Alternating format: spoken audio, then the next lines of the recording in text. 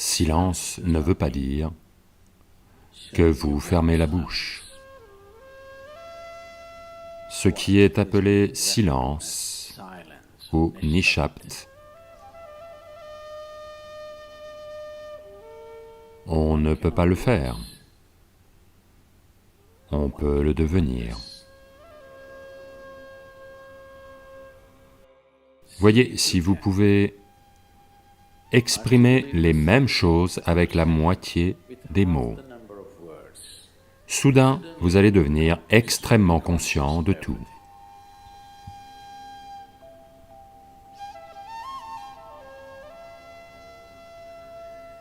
Le vent produit son propre son, l'eau aussi.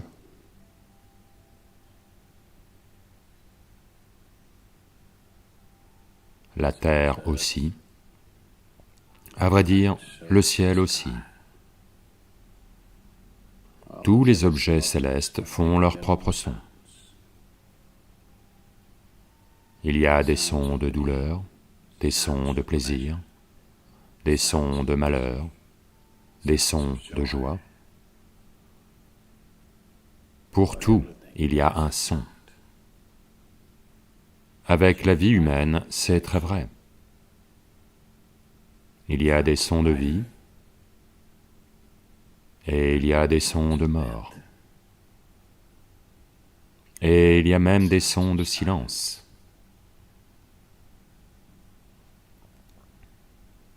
Donc cet amalgame complexe de sons, divers types de sons, crée diverses intentions, divers niveaux de compulsivité,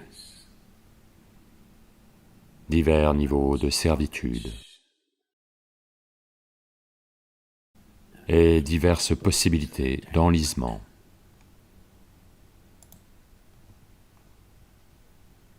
Dans tout cela, pourquoi choisit-on de devenir silencieux? Le silence n'est pas une façon de vous priver de la vie. Il ne s'agit même pas de vous empêcher de vous exprimer. Le silence consiste à passer de la compulsivité à la conscience. Tous les sons représentent différentes formes et différentes dimensions de compulsivité. Quand quelqu'un choisit de devenir conscient, de ne pas être empêtré dans la nature compulsive de l'existence, il choisit naturellement de devenir silencieux. Silence, pas dans le sens de fermer la bouche, pas dans le sens de se boucher les oreilles. Vous pouvez chanter en silence, vous pouvez danser en silence, vous pouvez même parler en silence, vous pouvez même crier en silence, n'essayez pas.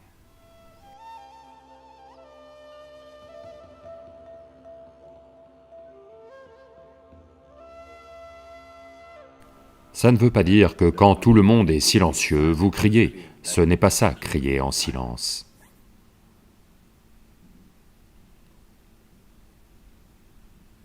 Parce que le son a trait à la surface, le silence a trait au cœur interne. Seule la surface produit le son. Voyez maintenant, l'eau frappe la surface et produit le son. En profondeur, il n'y a pas de son. C'est la même chose avec la vie. À la surface, c'est un maillage très complexe de sons. Un labyrinthe de sons produits. Mais au centre, il n'y a pas de son. Il n'y a pas de mot pour « pas de son » en anglais. On appelle ça nishapt. ça veut dire absence de son, une absence totale de son. Absence de son veut dire absence de réverbération. Absence de réverbération veut dire absence de vie. Absence de vie veut dire absence de création. Absence de création veut dire absence du Créateur aussi. Donc un espace qui est au-delà de la création et du Créateur, une dimension qui est au-delà de la vie et de la mort, c'est cela qui est appelé silence ou nishapt.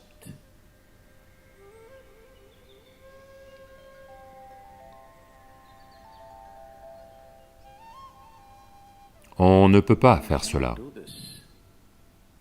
On peut devenir cela.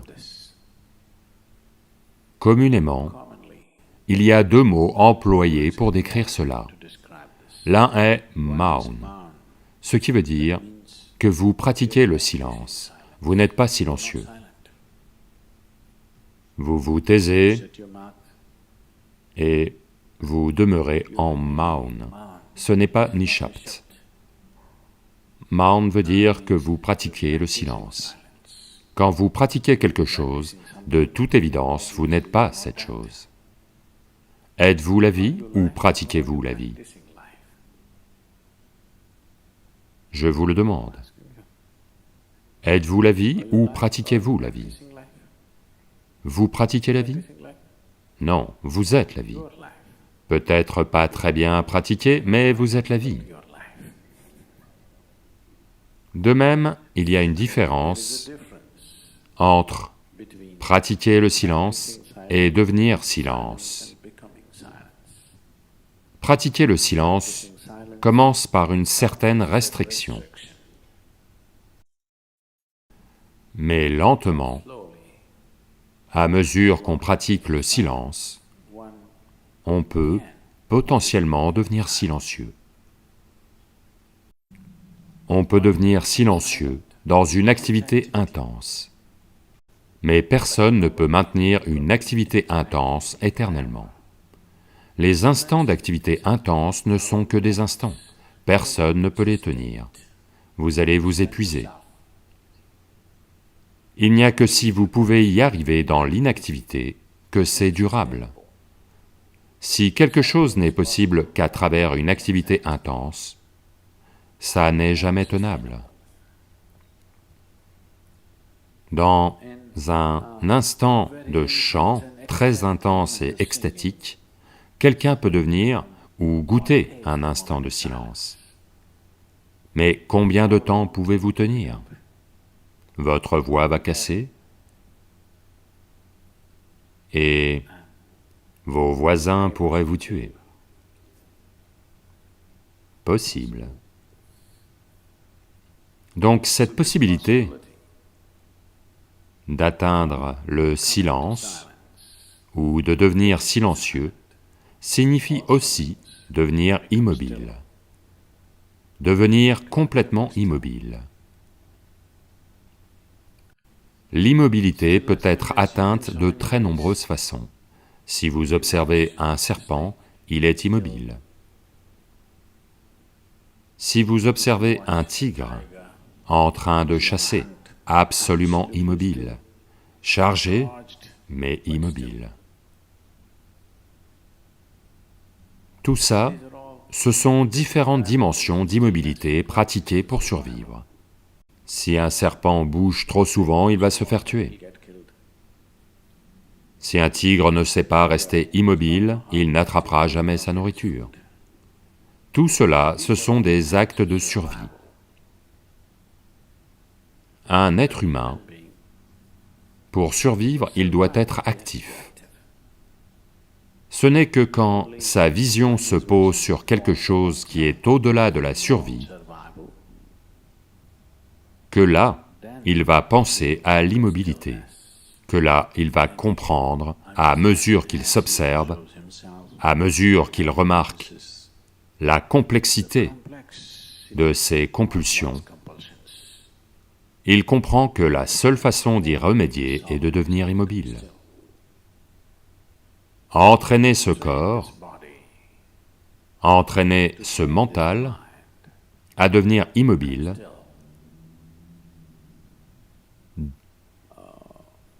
demande un certain effort. Si quelqu'un est simplement extatique, il va devenir immobile. Mais autrement, il faut travailler.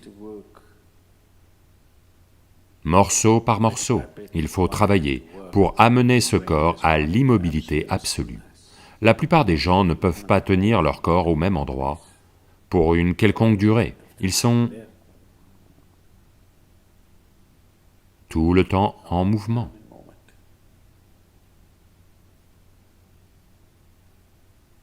Comme on dit, un homme n'est malade que parce qu'il ne sait pas être immobile.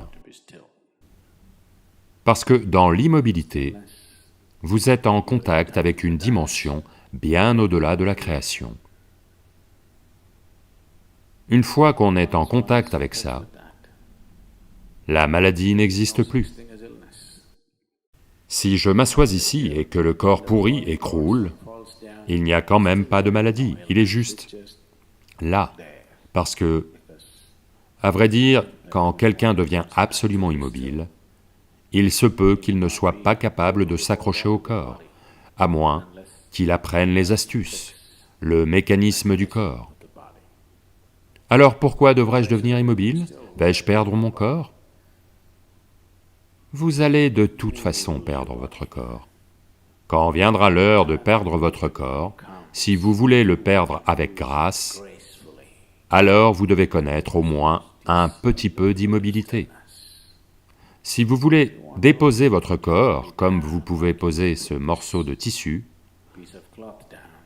avec la même aisance, avec la même grâce, alors vous devez avoir un peu d'immobilité en vous.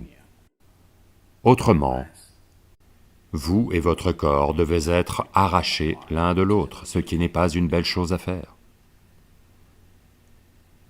Quand vous êtes arraché de votre corps, c'est une chose moche et douloureuse à faire, à moins d'être capable de le laisser de côté. Il n'y a pas de grâce dans la vie. Donc, si l'on veut atteindre cette grâce, au moins une certaine quantité d'immobilité doit entrer dans votre vie. Pour que cela ait lieu, un certain niveau de silence doit entrer dans votre vie. Si pour le moment ça ne vient pas, au moins pratiquez un peu de Maun. En 1 heure, si vous dites 1573 mots actuellement, combien Ma? Combien de mots crachez-vous en 1 minute? 1573, vous en dites vraiment autant? Je pensais que c'était impossible. D'accord, je vous crois. Donc, quel que soit le nombre de mots que vous dites, voyez si vous pouvez exprimer les mêmes choses avec 2 fois moins de mots. Soudain, vous allez devenir extrêmement conscient de tout. En ce moment, c'est une diarrhée orale. Si vous en dites 1573, c'est de la diarrhée, d'accord? Maintenant, si vous devez retenir la moitié des mots et quand même dire les mêmes choses, maintenant vous devez être très conscient, autrement vous ne pouvez pas les dire. Essayez simplement et voyez. Demain, un jour.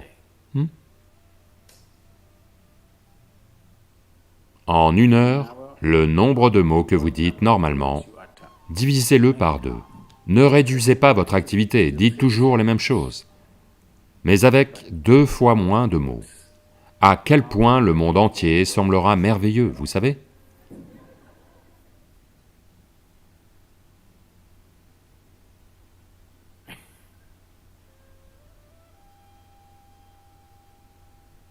Le monde sera un endroit merveilleux, je vous le dis demain, si tout le monde fait ça. Beaucoup de mariages seront sauvés.